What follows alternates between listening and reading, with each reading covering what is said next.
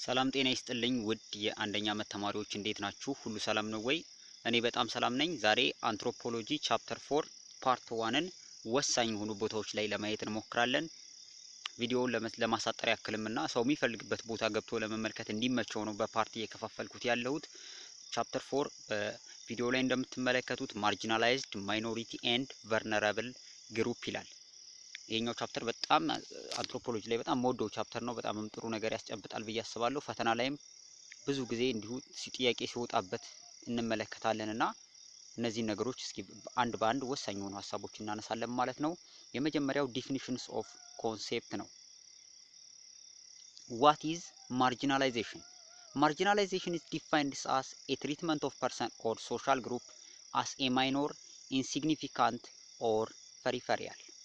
Marginalization involves the exclusion of certain group from social interaction, marriage relation, sharing of food and drinks, and working and living together. ማርጂናላይዜሽን ሲባል አንደኛው ኮንሰፕት ነው እዚህ ላይ ያለው ማግለል ማለት ነው። ሰዎችን ወይንም ደግሞ የሶሻል ቡድኖችን እንደማይጠቅም እንደ ትንሽ ወይንም ደግሞ እንደማይረባ በማግለል እነዚህን ሰዎች ከተለያዩ ማህበራዊ ግንኙነቶች ከተለያዩ ማህበራዊ ግንኙነት ሲባል ትዳርን ሊያጠቃልል ይችላል። አብሮ መመገብ፣ አብሮ መጠጣት፣ አብሮ መስራት፣ አብሮ በኖርንም ጭምር ያጠቃልላል። እነዚህን ሰዎች ከነዚህ አይነት ማህበራዊ ግንኙነት ውስጥ ማግለል ሲሆን ማርጂናላይዜሽን ይባላል ማለት ነው። ማርጂናላይዜሽን is treatment of a person or social group as a minor, insignificant or peripheral. Who are mostly marginalized? ማን ነው በጣም የተገለለው የሚለውን እዚህ ጋር ስናይ there are marginalized social group in every society and culture.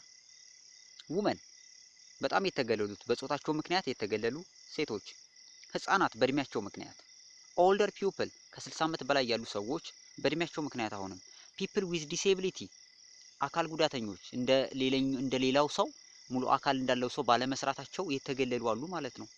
እነዚህ ናቸው ማህበረሰቡ እንግዲህ ብዙ ጊዜ ከጠቀስኳቸው ማህበራዊ ግንኙነቶች ውስጥ የሚያገላቸው ማለት ነው። The nature and level of marginalization vary from society to society as a result of cultural diversity. ይሄ እንግዲህ የማግለሉ መጠን ይለያያል እንደየባህሩ መጠኑም እንደውም ደግሞ የትኛውን ነው የሚያገሉት። ለምሳሌ ሴቶችን የማያገላለ፣ ህፃናትን በብዛት የሚያገላለ፣ ኦልደር ፐርሰንን የሚያከብራለ። ወደ ኢትዮጵያውያን ስትመጡ ለምሳሌ ብዙ ጊዜ ኦልደር ፐርሰኖች ላይ በጣም ክብር ይሰጣል። አሁን ላይ ባህሉ እየተቀየረ ቢመጣም ህፃናት ላይ ስንመጣ ደግሞ የሆነ ችግር አለብን። ብዙም ለህፃናት ብዙ ተቆርቋሪ የለም። ሴቶች ላይ ስትመጡ ደግሞ እንዲሁ ችግር አለ ማለት ነው። ወደ ውጭ ሀገራት ስትሄዱ ደግሞ ፒፕል ዊዝ ዲሳቢሊቲ ላይ ለምሳሌ ጥሩ እንክብካቤ ነው የሚሰጡት። ስለዚህ እንደየ ኔቸርና ሌቭሉ እንደየ ባህሉ እንደየንትኑ ይለያያል ማለት ነው። religious, ethnic and racial minority are also among social group marginalized in different society and culture. እነዚህ ሃይማኖቱ ብሔረሰብ እና ደግሞ ዝርያ የሚባሉት ትናንሽ ቁጥር ያላቸው ከሆኑ ብዙ ጊዜ እንደ ሌሎቹ ተጽዕኖ አይፈጥሩም በማለት ሲገለሉ ይስተዋላል ማለት ነው። ሌላም ደግሞ በማህበረሰባችን ውስጥ አሁን ብዙ ጊዜ የሚገለለው ማን ነው የሚለውን እያየን የመጣ ነውና ክራፍት ወርከሮች፣ የእደ ጥበብ ባለሙያዎች፣ ታነር ለምሳሌ እነዚህ ቆዳ በመፋቅ የሚተዳደሩ፣ ፖተር የሚባሉት ሸክላ ሰሪዎች፣ አይረን ስሚዝ እነዚህ ብረት በመቀጥቀጥ ምናምን የሚተዳደሩ ሰዎች በአብዛኛው በኢትዮጵያ ክፍል ማርጂናላይዝድ ወይንም ተገለው ነው ያሉት ማለት ነው። ስለዚህ በዚህ ቻፕተር ላይ ከጾታ ጀምረን ሌሎች ደግሞ ክራፍት ወርከሮች ላይ እንዲሁም ኢንዲጂነስ ሪሊጅን እና ኤትኒክ ማይኖሪቲዎች ላይ ሲቀጥልም ደግሞ ይሄ መስራት የማይችሉ ሰዎችን ፒፕል ዊዝ ዲሴቢሊቲ እንዴት እንደሚገለሉ በዚህ ቻፕተር ላይ በደንብ እናያለን ብዬ ተስፋ አደርጋለሁ። አሁንም አብራችሁ ይቆዩ ለማለት እወዳለሁ። ሌላ ደግሞ ወሳኝ ኮንሰፕት እዚህ ላይ የምናየው ከማርጂናላይዜሽንን በደንብ ማወቅ ያስፈልጋል። ቨልነራቢሊቲ ነው። ቨልነራቢሊቲ ሪፈርስ ቱ ስቴትስ ኦፍ ቢንግ ኤክስፖዝድ ቱ ፊዚካል ኦር ኢሞሽናል ኢንጁሪስ። ቨልነራቢሊቲ ሲባል ተጋላጭነት ማለት ነው። vulnerable groups are people exposed to possibility of attack, harms or mistreatments. ለሆነ ችግር ወይንም ለሆነ ቅጣት፣ ለሆነ ጥቃት፣ ለሆነ ጉዳት የተጋለጡ ሰዎች አሉ። እንዴት እንደሚጋለጡ ለምሳሌ ታች ላይ ያለውን ነው። as a result vulnerable groups need special attention, protection and support. For example, children and people with disability need special support and protection as they exposed to risk and neglect because of their age and disability. ህፃናትን ብትመለከቱ ለምሳሌ እድሜያቸው ትንሽ ስለሆነ በተለያየ ችግር ሊጋለጡ ይችላሉ። እንደ ወጣት ወይንም ደግሞ ብቁ እንደሆነ ሰው ራሳቸውን ሊከላከሉ ራሳቸውን ሊጠብቁ አይችሉም። እነዚህ ህፃናት ቨልነራብል ግሩፕ ናቸው፣ ተጋላጭ ናቸው። እነዚህን ሰዎች ትክክለኛ እንክብካቤ ካልሰጠን፣ እነዚህን ሰዎች እንደማንኛውም ሰው ምንተዋቸው ከሆነ ችግር ይመጣል ማለት ነው። ስለዚህ ስፔሻል አቴንሽን ያስፈልጋቸዋል ቨልነራብል ግሩፖች ማለት ነው። ሌላ ሶስተኛ ደስ የሚል ኮንሰፕት ደግሞ ማይኖሪቲ ግሩፕ። The phrase minority group refers to a small group of people within a community, religion or country. ማይኖሪቲ ሲባል እንግዲህ ትንሽ ቁጥር ያላቸው ማለት ነው። ትንሽ ቁጥር ያላቸው in most case ምሳሌዎች እናያለን። in most case minority group are different from majority population in terms of race, religion, ethnicity and language. በተጠቀሱት ነገሮች ማይኖሪቲ ግሩፖች ከአብዛኛው ህብረተሰብ ይለያሉ። ስለሚለዩ ቁጥራቸው ትንሽ ነው። አብዛኛው ህብረተሰብ የሆነ ነገር አለው። አብዛኛው ህብረተሰብ የሚናገረውን ቋንቋ እነዚህ ሰዎች አይናገሩም። አብዛኛው ህብረተሰብ የሚያመልከውን ሃይማኖት እነዚህ ሰዎች አያመልኩም። የአብዛኛው ሰው ያለውን ዝርያ እነዚህ ሰዎች የላቸው ማይኖሪቲ ግሩፖች ማለት ነው። ምሳሌ ብላክ አሜሪካንስ አር ማይኖሪቲ ኢን ዩናይትድ ስቴትስ ኦፍ አሜሪካ። ወደ አሜሪካ ስትሄዱ ለምሳሌ አብዛኛው ሰው ነጭ አሜሪካዊ ነው፣ ዋይት አሜሪካን ወይንም ደግሞ ሬድ ኢንዲያን ምናምን የሚባል ነገር አለ። ዝርዝሩን አላውቅም። ብቻ ብላክ አሜሪካን የሚባሉት ምንድናቸው? በቁጥር ትንሽ ናቸው አሜሪካ ውስጥ ማለት ነው። ለምሳሌ ሌላ ደግሞ ወደ አረብ ሀገር ብትመለከቱ ክርስቲያን ኩድ ቢ ማይኖሪቲ ኢን ሙስሊም ማጆሪቲ ካንትሪ። አረብ ሀገራቶች ላይ ስትመለከቱ ኢን ተርምስ ኦፍ ሪሊጅን ክርስቲያኖች ማይኖሪቲ ናቸው፣ አብዛኛው ሙስሊም ነው ያለው ማለት ነው። ሌላ ደግሞ ወደ ህንድ ሶሳይቲ ስትሄዱ ደግሞ አብዛኛው የሂንዱይዝም አምላኪ በመሆኑ ያሉት ሙስሊሞች በጣም ትንሽ ይሆናሉ ማለት ነው። ስለዚህ ይሄ ማይኖሪቲ ሲባል ከአብዛኛው ህብረተሰብ በተለያየ አስፔክት ሲለካ ቁጥራቸው ትንሽ የሆኑ ነገሮች ናቸው ማለት ነው። ስለዚህ አሁን በመጀመሪያው ዲፊኒሽን ኦፍ ኮንሴፕት በሚለው ላይ ልትይዙት የሚገባው ማይኖሪቲ ግሩፕ ምንድነው፣ ቨልነራቢሊቲ ምንድነው፣ ማርጂናላይዜሽን ምንድነው የሚለውን ነገር በአግባቡ መያዝ ያስፈልጋል። ወደ ዲቴሎቹ እንግባ። እንግዲህ ወደ ማርጂናላይዜሽን ልንገባ ነው፣ ወይንም ደግሞ የተገለሉ ማን ናቸው የሚለው ነው ይሄ ቻፕተር የሚያነሳው። በጣም ቆንጆ ነገር ነው፣ ብታውቁት በጣም ደስ ይላልና there are different form of marginalization. In this chapter we will discuss issues related to occupational, age, gender based marginalization. በዚህ ሐሳብ ላይ የምናወራው ጾታን መጀመሪያ በሴትነታቸው የተገለሉ አሉ፣ በእድሜያቸው የተገለሉ ደግሞ አሉ፣ ህፃናትና አዛውንቶች ማለት ነው። ሌላ ደግሞ በስራቸው የተገለሉ አሉ። ለምሳሌ ቅድም እንደጠቀስነው ነው ክራፍት ወርከሮች በስራቸው የተገለሉ አሉ። ሲቀጥል ደግሞ መጨረሻ ላይ በሃይማኖታቸውና በብሔረሰብነታቸው ቁጥራቸው ትንሽ በመሆኑ የተገለሉ አሉ። እነዚህን ጉዳዮች በጣም እንተነተናለን ማለት ነው። አብራችሁ ይቆዩ። ይሁን የመጀመሪያው ሐሳብ ጀንደር ቤዝድ ማርጂናላይዜሽን። Gender inequality involves discrimination of a group of people based on their gender. Gender inequality ሲባል ሰዎችን በጾታቸው ስናገላቸው፣ በጾታ የሚባለው እንግዲህ ሁለት ናቸው አይደለ? ሴትና ወንድ። ማን ነው ተገላዩ? ሴቷ ናት ማለት ነው። Gender inequality mainly arises from socio-cultural norms. ይህ ጾታ እኩልነት ወይም አለመኖር ወይንም አንዱን ማበላለጥ ወንድን ወደ ላይ ሴትን ደግሞ ወደ ታች የሚያደርገው ነገር ምንጩ የመጣው ከማህበረሰባዊና ባህላዊ ደንቦቻችን ነው የመጣው ማለት ነው። The manifestation of gender inequality vary from culture to culture, but girls and women face negative discrimination in society across the world. Women are exposed to social and economic inequality involving unfair distribution of wealth, unfair distribution of income, and unfair distribution of job opportunity. ሴቶች ዓለም አቀፍ ማህበረሰቡ ላይ ስትመለከቱ እንደ ዓለም አቀፍ ምናልባት ግን አሁን ወደ አውሮፓውያን ያለው ወደ አሜሪካ ያለውና ወደ አፍሪካ ውስጥ ያለው ነገር እንደየባህሉ ቢለያይም በየትኛውም የዓለም ክፍል ሴቶች በተለያየ አስፔክት ስታዩ አንፌር ዲስትሪቢዩሽን ኦፍ ዌልዝ ከሀብት ክፍፍል አንፃር ፍትሃዊ የሆነ የሀብት ክፍፍል ሲኖር አይስተዋልም። ብዙ ጊዜ ለሀብቱ ነው ለወንዱ ነው ሀብቱ ሲከፋፈል የምታዩት።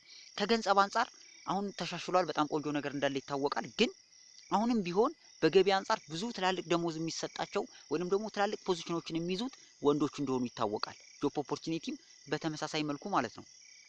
ሌላ እንግዲህ ጀንደር ቤዝ ማርጂናላይዜሽን ኢስ ግሎባል ፕሮብሌም ነው። ይሄ በጣም ነው የሚታወቀው፣ ዓለም አቀፍ ችግር ነው። ምናልባት እንዳልኩት እንደየባህሉ ቢለያይም ምሳሌ ጀንደር ዲስፓሪቲ ኢን ኤዱኬሽን ኢዝ ኤ ጉድ ኤግዛምፕል።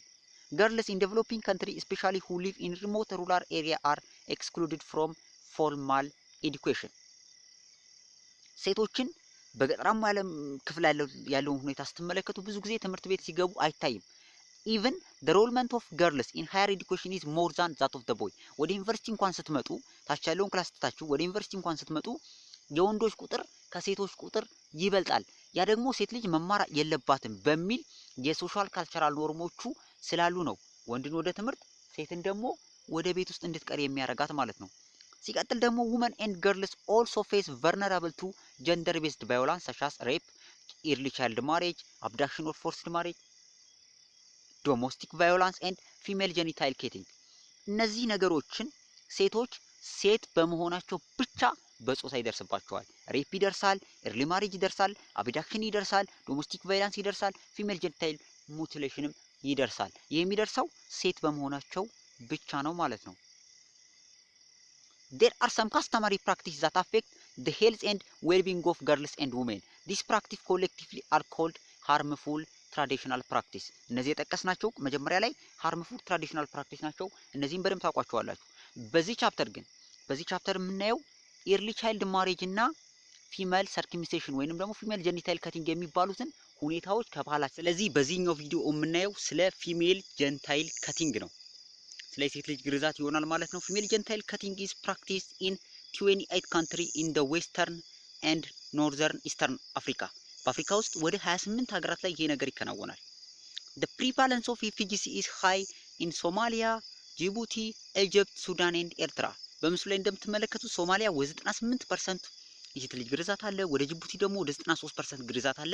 ወደ ኤርትራ እየቀነሰ ሄድና ወደ 83% ይደርሳል ማለት ነው። ይሄ እንግዲህ ምን ያክል ይሄ harmful traditional practice አፍሪካ ላይ እንዳለ የሚያሳይ ዳታ ነው። ስለ ኢትዮጵያ የሚያወራው እንመልከት። ኢትዮጵያ is one of the high prevalence country in Africa. According to recent report, 65% of girls or women in 50 up to 49 years age category are circumcised. አስቡት እንግዲህ ከ15 ዓመት እስከ 49 ዓመት ያሉ ሴቶች ላይ ጥናት ተሰርቶ 2017 ዓመተ ምህረት ላይ 65%ዎቹ ሴቶች የሴት ልጅ ግርዛት ተደርጎባቸዋል ማለት ነው።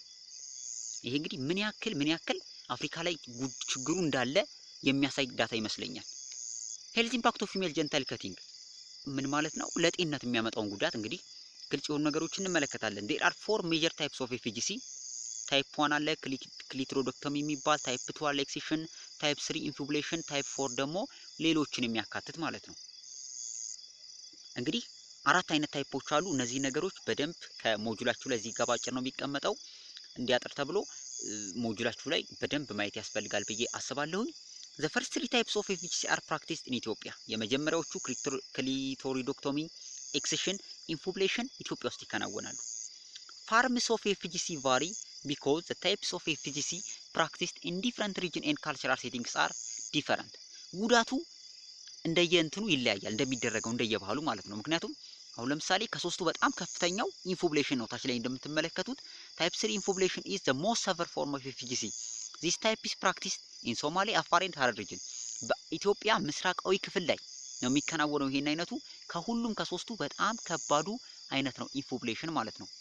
ስለዚህ ግን እነዚህ ሶስቶቹም አራቶቹ ማለት ይቻላል ይለያያሉ እንደየባህሉ፣ ከጉዳትም አንፃር ይለያያሉ። በጣም ኃይለኛው ጎጁ ደግሞ ኢንፊቡሌሽን ነው ማለት ነው። short term and long term implication for health of girls and women including severe bleeding, infection, pain during sexual intercourse, delivery complication, fistula and psychological trauma. እነዛሉ የህመም የአካላዊ ህመም ሲቀጥል ደግሞ የስነ ልቦና ጉዳት ያመጣል ማለት ነው። ፊሜል ጀኒታል ካቲንግ ፋክተር ዛት ኢንኮሬጅ ፊሜል ጀኒታል ካቲንግ። ኦኬ ምንድናቸው ፊሜል ጀኒታል ካቲንግ ወይንም የሴት ልጅ ግርዛት እንዲኖሩ ያደረጉ የሚሉትን እንመልከት። ቱ ናቸው። በጣም የሚገርሙ ቱ ፋክተሮች ናቸው። the first one, people consider it as an integral part of their culture. ሰዎች ባህላችን ነው ብለው ስለሚያስቡ ብቻ፣ አያቶቻችን አባቶቻችን ያቆዩት ነገር ነው ብለው ስለሚያስቡ ብቻ አሁን ላይ ያደርጉታል። their integral part ብለው ስለሚያስቡ። ሁለተኛው people believe the practice has some benefit. የሆነ ጥቅም አለው ብለውም ያስባሉ። ጥቅም ስላለውም ጭምር ነው የሚያረጉት ማለት ነው። ማለት በእነሱ ሐሳብ ደረጃ ጥቅም አለው። ጥቅም ብለው የሚዘረዝሩትን ደግሞ ቀጥለን እንመለከታለን ማለት ነው። the following are some of the benefits related to the practice. የመጀመሪያው FGC is considered as a process of purifying girls. in some culture, uncircumcised girl or women are considered as impure.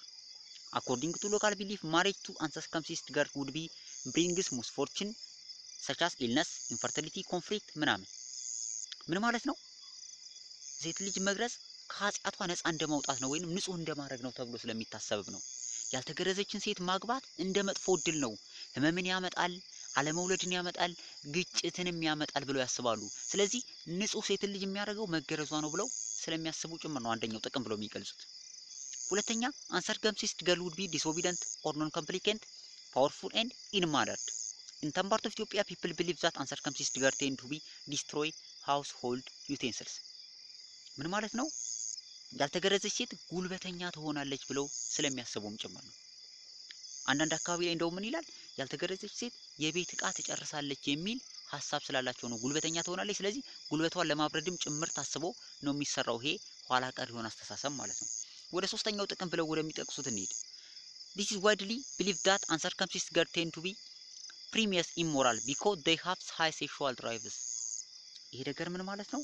ያልተገረዘች ሴት ኃይለኛ የሆነ የሴክሹዋል ድራይቭ ይኖራታል ተብሎ ስለሚታሰብ ነው። ስለዚህ መገረዟ ያንን ሴክሹዋል ድራይቭ እንዲቀንስ ያደርገዋል። በቀነሰ ጊዜ ደግሞ ለትዳሯ ለቤቷ ታማኝ ትሆናለች፣ ካልሆነ ግን ለቤቷ ታማኝ አትሆንም የሚል አመለካከት ስላላቸው ነው። አራተኛው ኤፍጂሲ is also considered as a means of preserving girls virginity። ይሄ ደግሞ ምን ማለት ነው? ኤፍጂሲ የሴት ልጅ ንጽህናም እንደ መጠበቅ ነው ተብሎ ይታሰባል። ሴት ልጅ የምትገረዝ ከሆነ ንጽህናዋን ማቆየት ትችላለች የሚል አመለካከት አላቸው። Female genital cutting is sustained and enforced by social expectation and norms። ለምን ቆየ ይሄን ብላችሁ ስታስቡት እስኪ እምቢም ብሎ የሚያፈነግጥ ሰው የለም። ለምን ቆየ ይሄ ባህል ብላችሁ ስታስቡት የሚጠቀሱ ነገሮች አሉ። ይሄ ባህል እንዲቆይ ይሄ ባህል ደግሞ እስካሁን ድረስ እንዲተላለፍ የሚያደርጉ የተለያዩ ኖርሞች አሉ። እነሱ ኖርሞች እንመልከት። የመጀመሪያው ሶሻል ኤክስክሉዥን ኤንድ ማርጂናላይዜሽን። አንድ ሰው የሴት ልጅ ግርዛት ቢቃረን ወይም እምቢ አላደርግም ቢል ማህበረሰቡ የሚጥለው ነገር ምንድነው? አንደኛ ኮሚኒቲ ሜምበር ውድ ኤክስክሉድ አንከት ገርል ኤንድ ውሜን ፍሮም ኤ ዋይድ ሬንጅ ኦፍ ሶሻል ሪሌሽን ኤንድ ኢንተራክሽን። ያልተገረዘችን ሴት ከማህበራዊ ህይወት ያገሏታል፣ ከሶሻል ላይፍ በሙሉ ስለሚያገሏት የመጀመሪያ የሚቀጡት ከዛ ደንብ የሚወጣውን ሰው ከሶሻል በማግለል ነው ማለት ነው። ስለዚህ ከሶሻል መገለል ደግሞ በጣም ከባድ በመሆኑ ብዙ ሰው ከሶሻል መገለል ስለማይፈልግ ወደዛ ነገር ሳይፈልግ ይገባል ማለት ነው። ሁለተኛ ጎሲፕ ኤንድ ኢንሰልት ነው። በስድብ ያልተገረዘችዋን ሴት በመሳደብ ቤተሰቦቿን በመሳደብ አካባቢው ላይ ሰላም በመንሳት ይህን ባህል ያስቀጥላሉ። ሶስተኛው in some part of Ethiopia women did not marry uncircumcised girls። እንደውም አንዳንድ ቦታ ላይ ያልተገረዘችን ሴት አናገባም ይባላል ማለት ነው። ስለዚህ አንድ ሴት ጋብቻ ውስጥ ለመግባት ግዴታ መገረዝ አለባት። የፍቅር ህይወት ውስጥ ጋብቻ ውስጥ ለመግባት በሚል ሐሳብ ብቻ እንግዲህ ከዛው ነገር ስለማይቀር ወደዛ ነገር ይገባሉ ማለት ነው። ወደ አራተኛው ስንሄድ ደግሞ in some part of the country people do not eat food cooked by uncircumcised girls። ይሄ ደግሞ የባሰ ነው። ምንድነው የሚለው? ባልተገረዘች ሴት የተሰራው ምግብ አይመገቡም አንዳንድ ቦታ ላይ። ስለዚህ ይህ በጣም ወጣ ያለ ከሶሻል የማግለል ሁኔታ ይሆናል ማለት ነው። ስለዚህ በእነዚህ አይነት ሁኔታዎች ማህበረሰቡ ባህሉን ያስቀጥለዋል ማለት ነው። የዛሬውን አብቅቻለሁ። በፓርት 2 ኤርሊ ማሬጅ እና ሌሎች ሐሳቦችን ይዤ እመለሳለሁ። ስለተከታተላችሁኝ ከልብ አድርጌ አመሰግናለሁ። ቻናሉ አዲስ በመሆኑ ሰብስክራይብ እያደረጋችሁ እንድትቆዩ በአክብሮት ጋብዛለሁ።